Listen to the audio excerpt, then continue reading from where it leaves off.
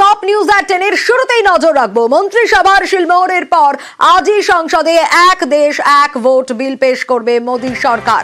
ইতিমধ্যে সাংসদদের উপস্থিতি নিয়ে হুইপ জারি করেছে বিজেপি। আরো ডিটেইলে বিষয়ে জানাতে পারবে মৈত্রেয়ী রয়েছে আমার সঙ্গে। মৈত্রেয়ী, দেখো সোনিয়া, আজকেই আর কিছুক্ষণ সময়ের মধ্যে এই bill one nation one election bill, যেটি কনস্টিটিউশনে পরিচিত, যেটি পরিচিত হতে চলেছে দ্য কনস্টিটিউশন অ্যামেন্ডমেন্ট 129 বিল 2024 হিসেবে, সেই বিল পেশ করবেন দেশের আইনমন্ত্রী অর্জুন রাম মেঘওয়াল। এবং এই বিলে মূলত হচ্ছে সাইমultaneous ইলেকশন, অর্থাৎ একই সঙ্গে জেনারেল ইলেকশন বা লোকসভার নির্বাচন এবং তারই সঙ্গে বিভিন্ন বিধানসভা নির্বাচন এবং এমনকি ইউনিয়ন টেরিটরিরও যে সমস্ত বিধানসভা রয়েছে তারও নির্বাচন একই সঙ্গে করার যে অ্যামেন্ডমেন্ট রয়েছে, প্রয়োজনীয় সংবিধানের যে সংশোধনী রয়েছে সেই সংশোধনী পেশ করা হবে আজকে এই বিলের মাধ্যমে। এবং এখনো পর্যন্ত আমরা যেটা জানতে পারছি যে এই বিল পেশ করার পর জয়েন্ট পার্লামেন্টারি কমিটির কাছে আরো বিস্তারিত আলোচনার জন্য পাঠানোর প্রস্তাব দিতে পারেন আইনমন্ত্রী এবং স্পিকার ওম বিড়লা। তিনি সেই প্রস্তাব গ্রহণ করছেন কিনা এবং গ্রহণ করে তারপরে সেটা জয়েন্ট পার্লামেন্টারি কমিটির কাছে যাবে। ইতিমধ্যে একাধিক পার্টির তরফ থেকে 3 লাইন হুইপ জারি করা হয়েছে তাদের সাংসদদের জন্য। বিজেপির তরফ থেকে তো বটেই, তৃণমূল কংগ্রেস, সমাজবাদী পার্টি, এমনকি বিজেপির অ্যালাই অর্থাৎ এনডিএ শরিক শিবসেনার তরফ থেকেও কিন্তু হুইপ জারি করা হয়েছে তাদের সাংসদদের জন্য আজকে সংসদে উপস্থিত থাকার। বেশ মৈত্রেয়ী, ইতিমধ্যেই এক দেশ এক ভোটের বিরোধিতায় সরব হয়েছেন তৃণমূল নেত্রী মমতা বন্দ্যোপাধ্যায়। কদিন আগেই তিনি এক স্যান্ডেলে লেখেন, বিশেষজ্ঞ ও বিরোধীদের মতামত উপেক্ষা করে অসাংবিধানিক যুক্তরাষ্ট্রীয় কাঠামো বিরোধী এক দেশ এক ভোট বিল চাপিয়ে দেওয়া হচ্ছে। দেশের গণতন্ত্র ধ্বংস করতে কোনো রকম ভাবনা চিন্তা ছাড়াই শাসকের চাপিয়ে দেওয়ার মনোভাব। তৃণমূল সাংসদরা এই বিলের সর্বাত্মক বিরোধিতা করবে। গণতন্ত্র রক্ষার লড়াই চলবে।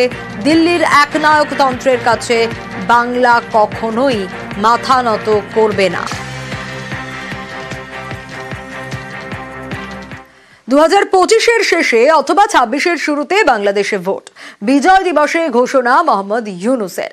বিএনপির চাপেই কি এভাবে ভোটের ঘোষণা, নাকি এটা কৌশলে চোখে ধুলো দেওয়ার চেষ্টা? প্রশ্ন নানা মহলে। ইউনূস সরকার যে চাপে, সেই ইঙ্গিত মিলেছে হাসিনার বিবৃতিতেও। 2025 সালের শেষ দিক থেকে 2026 সালের প্রথমার্ধের মধ্যে নির্বাচনের সময় নির্ধারণ করা যায়। অগাস্টে শেখ হাসিনার দেশ ত্যাগ, তারপর থেকে বাংলাদেশে অন্তর্বর্তী সরকার, নেতৃত্বে নোবেলজয়ী মোহাম্মদ ইউনূস।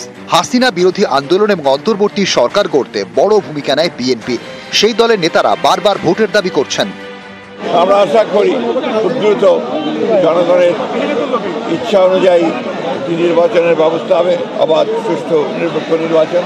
নির্বাচনের মধ্যে দিয়ে জনগণ তাদের প্রতিনিধি নির্বাচন করার সুযোগ পাবেন, পার্লামেন্ট গঠন করার সুযোগ পাবেন। বিএনপিকে পাশে নিয়ে ক্ষমতায় ইউনূস সরকার। সেই বিএনপির দাবি দ্রুত ভোট করাতে হবে। এই চাপেই কি সোমবার বিজয় দিবসের অনুষ্ঠানে বাংলাদেশে ভোটের ঘোষণা করলেন মোহাম্মদ ইউনূস? গত 3টা নির্বাচনে ভোটারদের অংশগ্রহণ করার সুযোগ ছিল না। ভোটার তালিকা যাচাই করার সুযোগ হয়নি কারণ। গত 15 বছরে যারা ভোটার হওয়ার যোগ্য হয়েছে তাদের সবার নাম ভোটার তালিকায় তোলা নিশ্চিত করতে হবে। বিশেষ মনোযোগ দিয়ে ভুয়া ভোটারদেরকে তালিকা থেকে বের করে দিতে হবে। আমি সকল প্রধান সংস্কারগুলো সম্পন্ন করে নির্বাচন আয়োজন করার ব্যাপারে বরাবর আপনাদের কাছে আবেদন জানিয়ে এসেছি। মোটা দাগে বলা যায় 2025 সালের শেষ দিক থেকে 2026 সালের প্রথমার্ধের মধ্যে নির্বাচনের সময় নির্ধারণ করা যায়। অগাস্ট থেকে বাংলাদেশে ইউনূস সরকার চলছে। এরই মধ্যে বিএনপির সঙ্গে অন্তর্বর্তী সরকারের বিরোধ সামনে এসেছে। এই প্রেক্ষাপটে ইউনূস জানালেন 25-এর শেষে অথবা 26-এর শুরুতে বাংলাদেশে ভোট। কিন্তু এত দেরিতে কেন ভোট হবে, এই প্রশ্ন বিএনপির অনেকেরই। অনেকের এও প্রশ্ন, তাহলে কি এই ভোট ঘোষণা একটা কৌশল? ইউনূস সরকার কি চোখে ধুলো দেওয়ার চেষ্টা করছে? আমরা শুনেছি, আমরা দেখেছি, ভোটের কথা বললে, ইলেকশনের কথা বললে অনেকেরই মুখ বাঁকা হয়ে যায়। দেশের মানুষের অভাবের কারণে রয়ে গেছে।